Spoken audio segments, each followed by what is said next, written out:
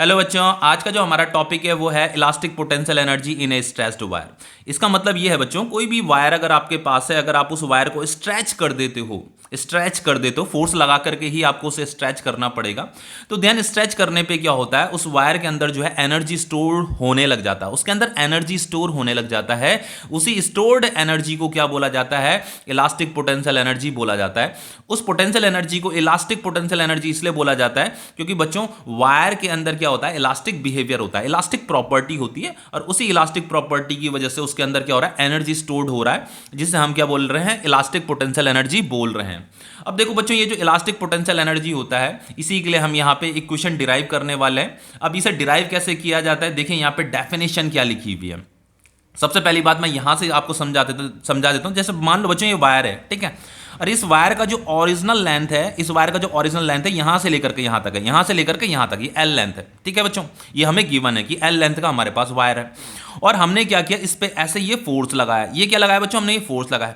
तो फोर्स लगाने से क्या हो गया, हम फोर्स लगा रहे हैं, फोर्स लगाने से क्या हुआ, ये इलोंगेट हो गया, यहां से लेकर के यहां तक ये इलोंगेट हो गया, ठीक है। तो ध्यान से देखिए, ये इलोंगेशन है, मतलब वायर स्ट्रेच हो रहा है। तो ये जो इलोंगेशन है बच्चों, ये क्या है, स्मॉल एल है, ठीक है। यहां पे मैंने स्मॉल एल इसलिए ले रखा है क्योंकि जैसा आपका एनसीईआरटी में दे रखा है उसी अकॉर्डिंग मैं इस डेरिवेशन को करा रहा हूं, ओके। अब देखो बच्चों, सबसे इंटरेस्टिंग चीज यहां पे क्या होती है कि ये जो फोर्स होता है, ये जो हम फोर्स अप्लाई कर रहे हैं, मैं आपसे ही पूछना चाहता हूं कि ये जो हम फोर्स इस वायर को स्ट्रेच करने के लिए जो ये हम फोर्स लगा रहे हैं इसे स्ट्रेच करने के लिए, ये फोर्स बच्चों कांस्टेंट होता होगा या वेरिएबल होता होगा? आप बताइए कि कांस्टेंट होता होगा कि वेरिएबल होता होगा? तो बच्चों, ये फोर्स वेरिएबल होता है। ये फोर्स कैसा होता है, वेरिएबल होता है। क्यों होता है वेरिएबल, देखो बताता हूं आपको। बच्चों, ये फोर्स क्या लग रहा है, ऐसे डाउनवर्ड डायरेक्शन में लग रहा है। तो जब हम ये फोर्स डाउनवर्ड डायरेक्शन में लगा रहे होते हैं बच्चों, तो अपोजिट डायरेक्शन में भी क्या होता है, यहां पे रीस्टोरिंग फोर्स एक्शन में आ जाता है। आपको पता है ना, इसके अंदर इलास्टिक बिहेवियर है, तो इस इलास्टिक बिहेवियर की वजह से यहां पे क्या होता है, रीस्टोरिंग फोर्स एक्शन में आने लग जाता है। आप नीचे फोर्स लगा रहे हो तो यहां ऊपर भी रीस्टोरिंग फोर्स लग रहा है, क्योंकि इसके अंदर इलास्टिक बिहेवियर है। अब देखो यहां पे हम work is done against the inter atomic forces, या ऐसे भी बोल सकते हैं against the inter molecular forces.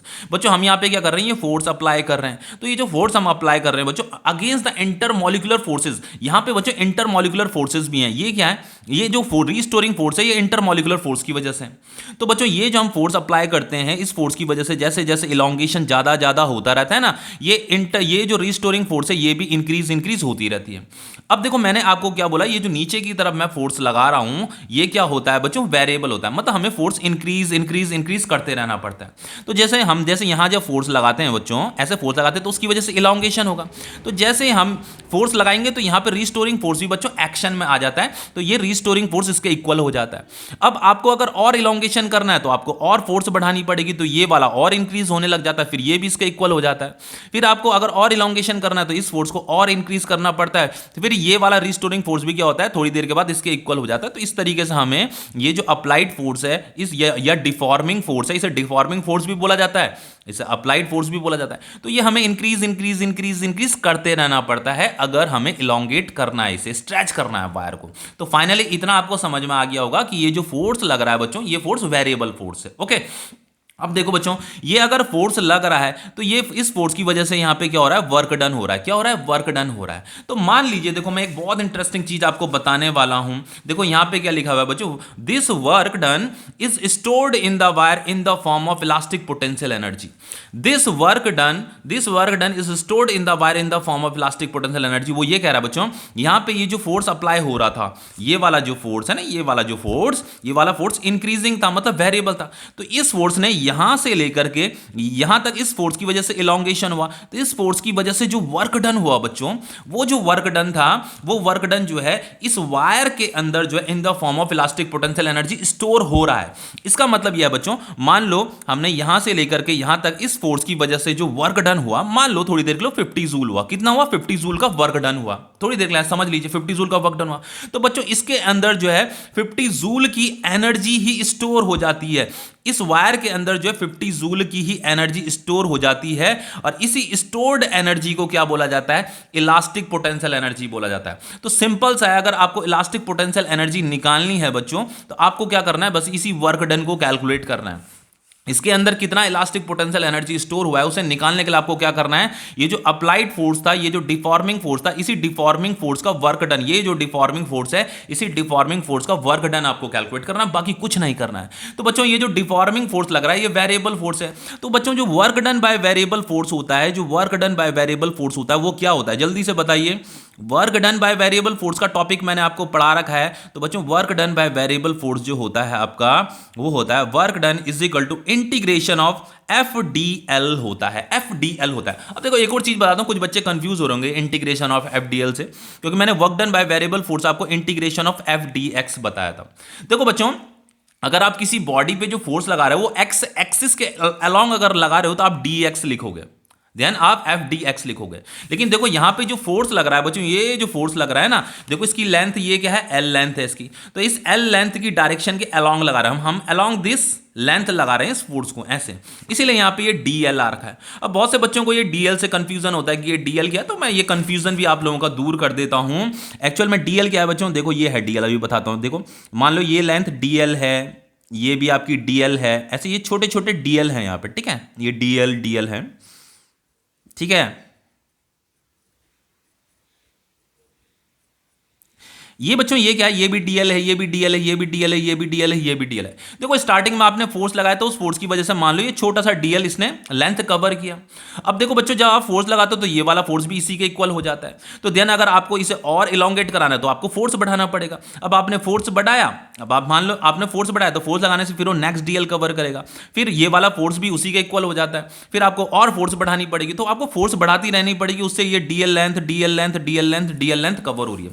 तो बच्चे ये डीएल डीएल डीएल करके यहां से लेकर के यहां तक की जो लेंथ है वो क्या है, एल है, ये इलोंगेशन है यहां से लेकर के यहां तक। तो फाइनली ये जो DL plus DL plus DL plus DL क्या होता है बच्चों, ये इंटीग्रेशन ऑफ डीएल होता है। इंटीग्रेशन मतलब सबको जोड़ देना, ठीक है। Integration of DL is equal to क्या होता है, ये टोटल यहां से लेकर के यहां तक जो इलोंगेशन हुआ है, जो यहां से लेकर के यहां तक इलोंगेशन हुआ है। इतना समझ में आ रहा है।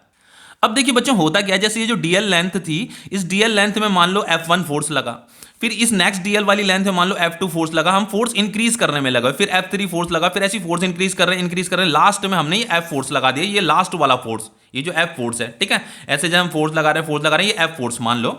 तो बच्चों ये फोर्स क्या हो रहा है, वेरिएबल फोर्स है। इस F1 फोर्स से मान लो स्टार्टिंग में उसने डीएल लेंथ कवर किया, फिर नेक्स्ट F2 फोर्स से उसने ये डीएल लेंथ कवर किया, फिर नेक्स्ट F3 फोर्स से इसने डीएल लेंथ कवर किया। अब बच्चों ये जो होता है ना, ये क्या होता है, जैसे मान लो ये जो मैंने लिखा हुआ है ना, work done is equal to integration of F DL, इसका मतलब क्या होता है, देखो ये थोड़ा मैं आपको बता देता हूं, बच्चों को कंफ्यूजन रहता है इससे, ठीक है।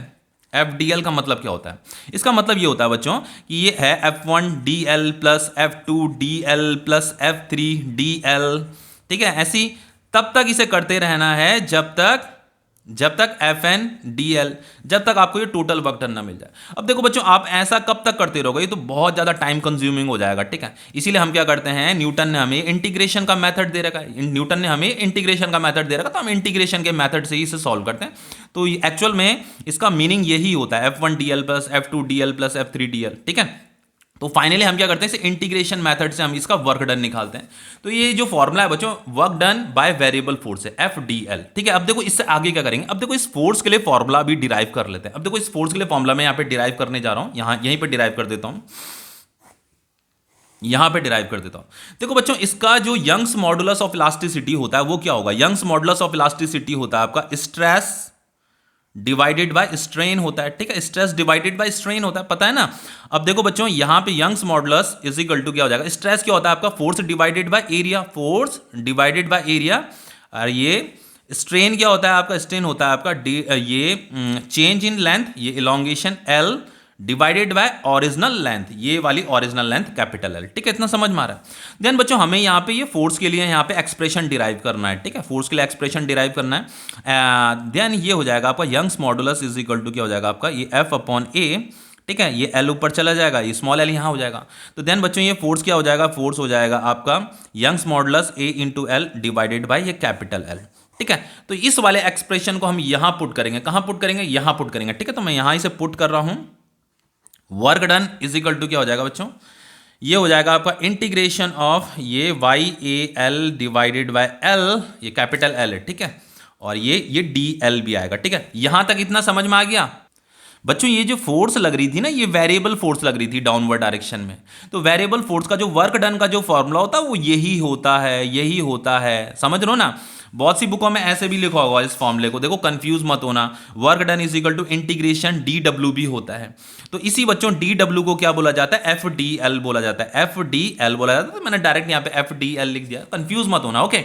अब देखो बच्चों ये जो फोर्स है ये वेरिएबल फोर्स है, वेरिएबल फोर्स है, ये वेरिएबल फोर्स है। तो ये वेरिएबल फोर्स कहां से कहां तक लग रही है बच्चों, इस एल लेंथ तक लगी है, यहां से लेकर के यहां तक लगी है वेरिएबल फोर्स। तो हमें यहाँ पे लोअर लिमिट अपर लिमिट भी लगानी पड़ेगी। तो यहाँ पे 0 आ जाएगा, यहाँ पे ये एल आ जाएगा। इसका मतलब ये है कि ये जो फोर्स लगी है बच्चों, यहां से यहाँ पे जो इलोंगेशन था वो 0 था, और यहाँ पे जो इलोंगेशन था वो कितना था, टोटल एल लेंथ का इलोंगेशन हुआ। तो 0 से एल लेंथ का जो इलोंगेशन हुआ है वहां पे क्या लग रही है, फोर्स अप्लाई हो रही है, ठीक है। तो यहाँ पे लोअर लिमिट और ये अपर लिमिट भी आएगी, तो यहाँ पे 0 और ये एल भी आएगा। इतना आप लोगों को समझ में आ गया होगा।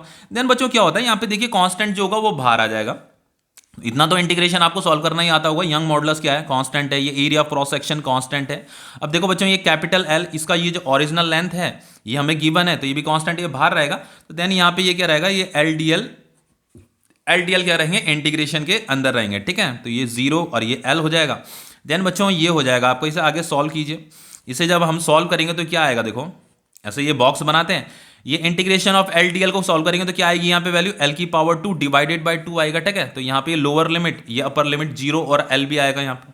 देन ये क्या हो जाएगा बच्चों, Y A divided by L. Then क्या होता है, ये एल को यहाँ पे एल की जगह में पुट कीजिए तो एल स्क्वायर डिवाइडेड बाय 2, फिर माइनस आता है, इस 0 को एल की जगह में पुट कीजिए तो 0 स्क्वायर डिवाइडेड बाय 2 आता है। तो ये फाइनली क्या हो जाता है बच्चों, देखो ये हो जाता है वाई ए एल, ये हो जाएगा आपका एल स्क्वायर डिवाइडेड बाय 2। तो ये एक्सप्रेशन हमें मिल गया। ये क्या है, आपका वर्क डन है। अब देखो यहां पे क्या लिखा था, this work done is stored in the wire in the form of elastic potential energy. ये जितना भी वर्क डन होगा ना, जितना भी जूल का वर्क डन होगा, मान लो ये 50 जूल का वर्क डन है, तो इतना ही जूल का एनर्जी इसके अंदर स्टोर रहता है इन द फॉर्म ऑफ, उसी को पोटेंशियल एनर्जी बोला जाता है। जो स्टोर्ड एनर्जी होता है उसी को पोटेंशियल एनर्जी बोला जाता है। तो बच्चों ये तो हमारा वर्क डन निकल गया। तो इसी को हम क्या बोल देते हैं, इसी को हम पोटेंशियल एनर्जी बोल देते हैं। हम इसे यू से भी डिनोट करते हैं, यू का मतलब पोटेंशियल एनर्जी। तो डब्ल्यू की जगह में यहाँ पे क्या आ जाएगा, यू आ जाएगा। तो ये हो जाएगा आपका यंग मॉडुलस इनटू एरिया, ये divided by L square divided by 2, ठीक है। अब देखो इसे थोड़ा, ये एक्सप्रेशन है आपका, लेकिन इस एक्सप्रेशन को थोड़ा और इंप्रूव करते हैं। देखो बच्चों यहां पे क्या होता है, अगर देखो यहां पे अगर मैं इसे कैपिटल एल से अगर इसे यही आपका इलास्टिक पोटेंशियल एनर्जी है, लेकिन इस एक्सप्रेशन को थोड़ा और मैं मॉडिफाई करने जा रहा हूं। तो ये जो आपका इलास्टिक पोटेंशियल एनर्जी है इज इक्वल टू ये वाई ए, ये एल स्क्वायर है ना, ये एल स्क्वायर है, तो एल स्क्वायर को मैंने एल इंटू एल लिख दिया, ये 2 मैंने यहां लिख दिया बच्चों, और ये आपका ये कैपिटल एल भी है, ठीक है, ये कैपिटल एल भी है। तो मैंने क्या किया, ये न्यूमरेटर में भी कैपिटल एल और डिनोमिनेटर में भी कैपिटल एल से मल्टीप्लाई कर दिया। बस इतना ही आपको यहाँ पे करना है, ठीक है। ऐसा इसलिए करना पड़ रहा है ताकि यहाँ पे एक आसान सा एक्सप्रेशन हम बना सकें, ताकि सबको लर्न करने में आसान रहे, ठीक है, फॉर्मूला लर्न करने में आसान रहे। अब देखो हमने क्या किया यहाँ पे, देखो बच्चों ध्यान से देखना है। यहाँ पे इस एक्सप्रेशन को मैं ऐसे लिख सकता हूँ, ये 1/2 हो गया, ठीक है, ये 1/2 हो गया। देन ये आपका, ये तो 1/2 हो गया, ये हो गया आपका यंग्स मॉडुलस, ये हो गया आपका यंग्स मॉडुलस, ठीक है। चलो यंग्स मॉडुलस को ये कैपिटल वाई से ही लिख देता हूं मैं, यंग्स मॉडुलस इनटू बच्चों देखो यहां देखो, ये small L divided by capital L है, small L divided by capital L है। तो बच्चों ये जो small L divided by capital L होता है, ये क्या होता है, आपका स्ट्रेन होता है। क्या होता है, स्ट्रेन होता है। तो ये भी बच्चों ये आपका स्ट्रेन है, ये भी आपका स्ट्रेन है। तो स्ट्रेन इंटू स्ट्रेन क्या हो जाएगा, स्ट्रेन का स्क्वायर। ये क्या हो जाएगा बच्चों, स्ट्रेन का स्क्वायर। ध्यान से देखिएगा मैं क्या कर रहा हूं। अब देखो बच्चों ये 1/2 भी मैंने लिख दिया, ये y भी मैंने लिख दिया, यंग्स मॉडुलस, ये आपका स्ट्रेन का स्क्वायर हो गया, और ये एरिया इनटू कैपिटल एल है। तो बच्चों एरिया क्या है, इसका एरिया ऑफ क्रॉस सेक्शन, और इनटू ये वाला लेंथ कैपिटल एल।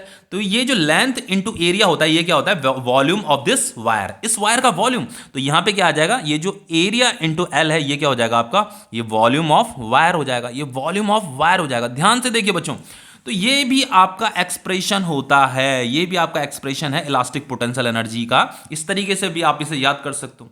इसी को आगे देखो आप और भी मॉडिफाई कर सकते हो। कैसे इसे और मॉडिफाई किया जाएगा, देखिए देखो, देखिए बच्चों यंग्स मॉडुलस क्या है, स्ट्रेस अपॉन स्ट्रेन है।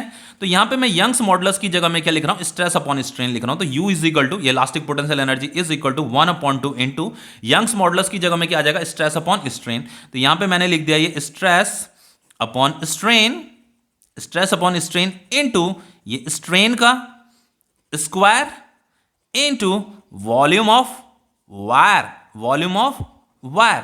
तो स्ट्रेन से एक स्ट्रेन कट जाएगा तो ऊपर एक स्ट्रेन बच जाएगा, तो इलास्टिक पोटेंशियल एनर्जी क्या हो जाएगा 1/2 इंटू स्ट्रेस इनटू ये एक सिंगल स्ट्रेन बचेगा यहां पे, ये strain into volume of wire, volume of wire.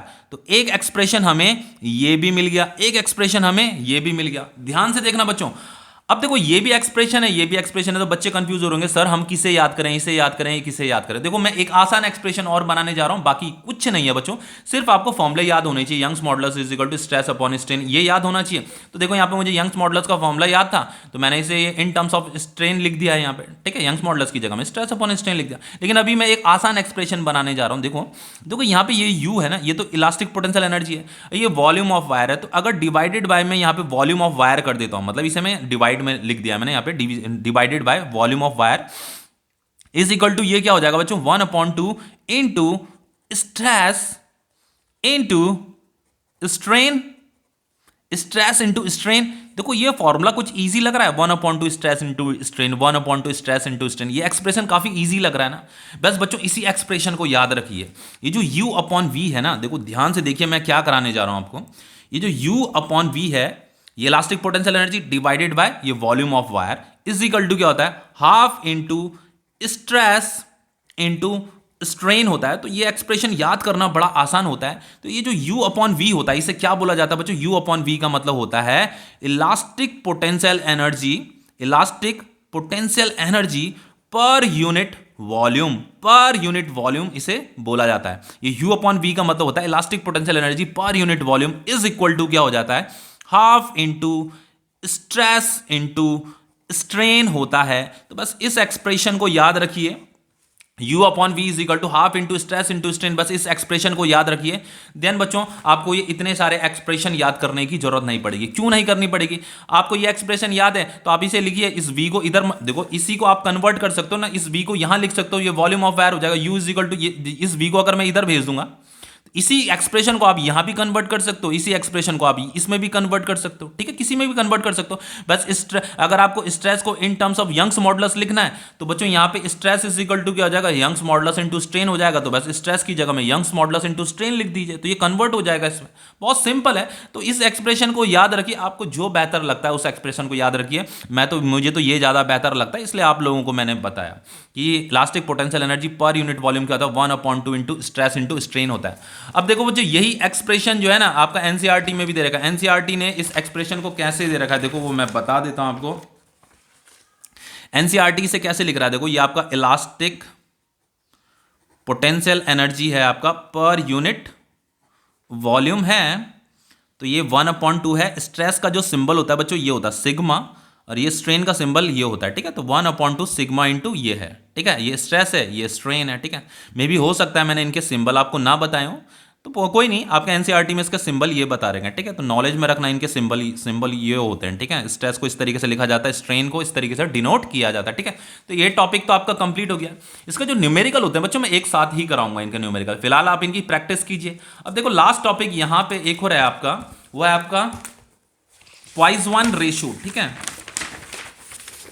यह है आपका पॉइजन रेशियो। अब देखो क्या इसे पढ़ा जाता है एग्जैक्टली वो मुझे नहीं पता, मैंने भी बच्चे तो इसे पॉइजन रेशियो ही पढ़ रहे थे। कुछ बच्चे जिन्हें मैं पढ़ाता हूँ वो कोई पॉइजन रेशियो बोल रहा था, कुछ पॉइजन रेशियो बोल रहा था। तो जो भी होगा वो छोड़िए उस बात को, हमें इसका मतलब क्या है वो समझाना जरूरी है, ठीक है। देखो पॉइजन रेशियो क्या चीज़ है बच्चों, साइमन पॉइजन ये एक साइंटिस्ट ने ये पॉइंटेड आउट, इन्होंने एक चीज़ पॉइंटेड आउट करी कि that within elastic limit lateral strain is directly proportional to longitudinal strain. Longitudinal strain तो सभी बच्चे जानते हैं, अब लैटरल स्ट्रेन बिल्कुल नई चीज हो गई। अभी सिंपल, बहुत सिंपल है लैटरल स्ट्रेन भी, ये भी पता चल जाएगा। अभी इतना ध्यान रखिए कि ये जो साइमन पॉइजन, ये जो साइंटिस्ट हैं, इन्होंने एक बात पॉइंट अपने एक्सपेरिमेंट में इन्होंने एक चीज पॉइंट करी, ये पॉइंट करी कि अगर आप किसी, ये एक वायर है, इस वायर पे अगर आप फोर्स अप्लाई कर रहे हो और with in elastic limit apply कर रहे हो, विद इन इलास्टिक लिमिट आपको फोर्स लगाना है। विद इन इलास्टिक लिमिट का मतलब क्या होता है बच्चों, हर मटेरियल के अंदर एक इलास्टिक बिहेवियर होता है, लेकिन उस इलास्टिक बिहेवियर का भी एक लिमिट होता है, ठीक है। तो उस लिमिट के अंदर अंदर ही आपको इस फोर्स को लगाना है।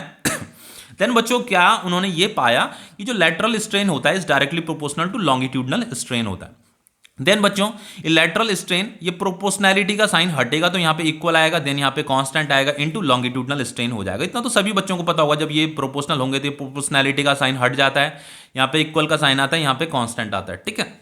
देन बच्चों ये कांस्टेंट इज इक्वल टू क्या हो जाएगा, lateral strain divided by longitudinal strain हो जाएगा। इस इक्वेशन को हम इस तरीके से भी लिख सकते हैं। तो बच्चों ये जो कांस्टेंट होता है, इसी कांस्टेंट को क्या बोला जाता है, पॉइज़न रेशियो बोला जाता है। क्या बोला जाता है, पॉइज़न रेशियो बोला जाता है। तो ये क्या हो जाएगा आपका, lateral strain divided by longitudinal strain, lateral strain divided by longitudinal strain. अब देखो इससे आगे मैं इसे समझा देता हूं। देखिए लॉन्गिट्यूडनल स्ट्रेन क्या होता है, ये तो आपको पता ही होगा लॉन्गिट्यूडनल स्ट्रेन क्या होता है। बच्चों ये फोर्स लग रहा है इस पे, तो इस फोर्स लगने से क्या होगा, यहाँ इलोंगेशन हो जाएगा ना, ये इलोंगेशन हो जाएगा, ठीक है। बच्चों एक और चीज बताया तो ये अलग टॉपिक है, पॉइज़न रेशियो अलग टॉपिक है। और इससे पहले जो मैंने आपको पढ़ाया था वो क्या था, आपका इलास्टिक पोटेंशियल एनर्जी था, ठीक है। तो ये अलग टॉपिक है।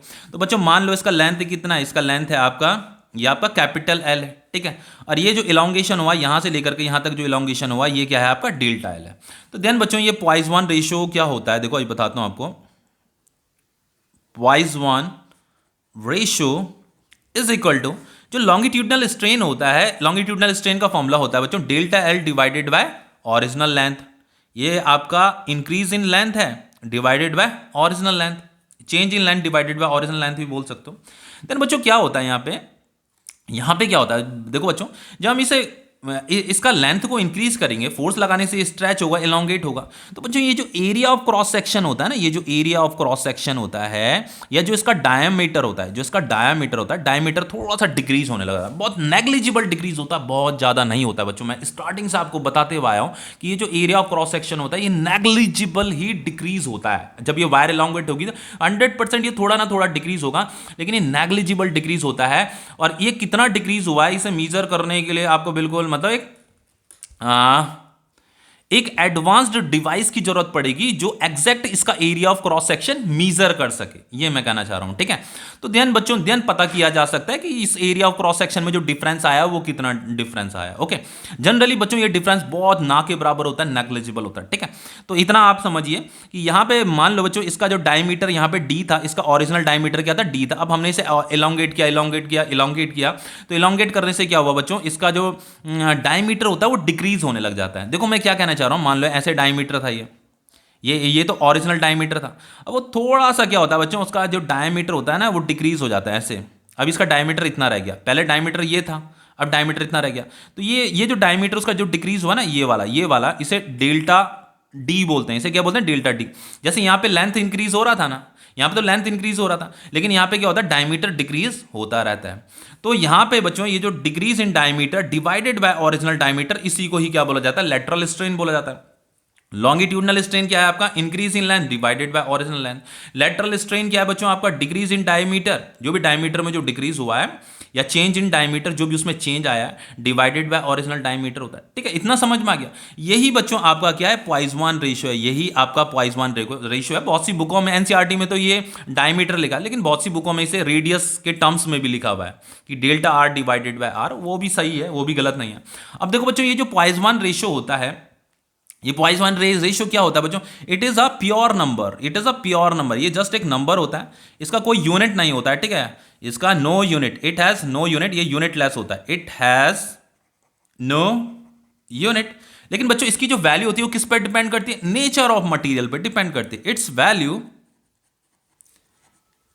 Value depend only on the nature of material, ठीक है। नेचर ऑफ मटेरियल पे डिपेंड करेगी। तो जो अलग अलग मटेरियल है, अलग अलग नेचर के जो मटेरियल है, उनका पॉइज़न रेशियो भी क्या होगा, डिफरेंट ही होगा। अब देखो बच्चों एक बहुत इंपॉर्टेंट चीज मैं बताने वाला हूं। यहां पे देखो, यहां पे क्या होता है बच्चों, जो इसकी प्रैक्टिकल वैल्यू होती है ना, किसकी, ये जो पॉइज़न रेशियो, आप अलग अलग मटेरियल का पॉइज़न रेशियो अलग अलग होगा, लेकिन बच्चों इसकी जो प्रैक्टिकल वैल्यू है, practical value of poison ratio lies between 0 and 0.5। मतलब जो पॉइज़न रेशियो की जो वैल्यू आती है बच्चों, वो 0 and 0.5 के बीच में लाया करती है। अब बहुत से बच्चे कह रहे होंगे कि 0 भी आती है, मतलब पॉइज़न, यस बच्चों कभी कभी पॉइज़न रेशियो की वैल्यू 0 भी आती है। अब ये 0 कब आएगी बच्चों, 0 तब आएगी जब ये डेल्टा डी 0 होगा। अब देखो अगर ये डेल्टा जी 0 हो जाएगा तो बच्चों ये 0 अपॉन डी क्या हो जाएगा, 0 हो जाएगा, ये डेल्टा अपॉन एल क्या हो जाएगा, मान लो समटाइम्स ऐसा भी होता है बच्चों, ऐसे भी मटेरियल होते हैं कि आप इसे लॉन्ग तो कर रहे हो, ये लॉन्ग लॉन्ग होने में लगा हुआ, आप फोर्स लगा रहे हो, ये लॉन्ग हो रहा है, लेकिन डायमीटर में कोई चेंज ही नहीं आ रहा है। डायमीटर ना तो डिक्रीज कर रहा ना तो इंक्रीज कर रहा। थोड़ी देर के लिए मटेरियल ऐसा बिहेवियर भी दिखाता है। बहुत से मटेरियल ऐसे होते हैं। अब कुछ मटेरियल तो बच्चों इंटरेस्टिंग बात यह है, कुछ मटेरियल तो ऐसे भी होते हैं कि आप उसे इलांगेट कर रहे हो, खींच रहे हो और उसका डायमीटर जो है ना स्टार्टिंग में थोड़ी देर के लिए क्या हो रहा है, उसका डायमीटर इंक्रीज हो रहा है। तो आप शॉक हो रहे होंगे सुनकर के कि क्या ऐसा भी हो सकता है कि हम फोर्स लगा रहे हैं और फोर्स लगाने से लेंथ भी इंक्रीज हो रहा है, डायमीटर भी इंक्रीज हो रहा है। यस बच्चों, ऐसे बहुत से मटेरियल होते हैं जिनके अंदर ऐसा बिहेवियर होता है, ठीक है, ऐसा बिहेवियर होता है। तो कुछ मटेरियल ऐसे भी होते हैं कि आप इसे लेंथ तो उसका इलांगेट हो रहा है, थोड़ा बहुत ही इलांगेट हमें करना है, लेंथ इलांगेट हो रहा है, लेकिन एरिया ऑफ ये जो डायमीटर है, डायमीटर में कोई चेंज नहीं हो रहा है। डायमीटर मतलब कॉन्ट्रैक्ट नहीं कर रहा है, डायमीटर जो है डिक्रीज नहीं हो रहा है इसका, ठीक है, डायमीटर कांस्टेंट है। ओके, तो बच्चों अगर ये क्या है आपका, ये चेंज इन डायमीटर है, तो अगर ये चेंज ही नहीं होगा तो ये चेंज इन डायमीटर की वैल्यू क्या हो जाएगी, जीरो हो जाएगी। तो देन फाइनली पॉइसन रेशियो की वैल्यू भी क्या आ जाएगी, जीरो आ जाएगी। इसीलिए यहां पे लिखा हुआ है कि पॉइसन रेशियो, जो वैल्यू ऑफ पॉइसन रेशियो होता है वो लाइज बिटवीन 0 एंड 0.5 होता है, ठीक है। तो किसी भी मटेरियल का अगर आप पॉइसन रेशियो निकाल लो जो 0 एंड 0.5 मतलब 0.50 आप इसे बोलेंगे, इसके बीच में ही लाई करता है। समझ में आ रहा है इतना? लेकिन बच्चों ये जो प्रैक्टिकल वैल्यू है ना पॉइसन रेशियो की, ये जो प्रैक्टिकल वैल्यू है ये आपकी विद इन इलास्टिक लिमिट है, विद इन इलास्टिक लिमिटेड, ठीक है, विद इन इलास्टिक लिमिट। अब देखो बच्चों अगर हम स्टील की बात करें, फॉर स्टील अगर हम स्टील की बात करें तो value of Poisson ratio is between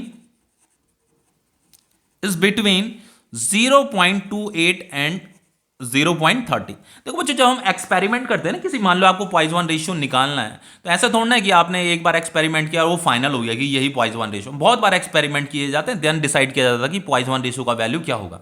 तो वो जो है ऐसे वैरी करता रहता है, 0.28 एंड 0.30 में वैरी करता रहता है, ठीक है, इसी के अंदर उसकी वैल्यू आती रहती है। तो कभी वो 0.28 आता है, कभी वो 0.30 आता है, ठीक है। तो याद रखिए इसकी वैल्यू इसी के बीच में लाई करती रहती है। और एक और चीज बता देता हूं बच्चों, मैं लास्ट, ये तो आपका एनसीईआरटी में भी दे रखा है, इसे याद कर लेना इस वाली लाइन को। एक और चीज बता देता हूं, the value of Poisson ratio for a body under tension मतलब जो फोर्स आपने अप्लाई किया है, ठीक है, suffering no lateral contraction is zero.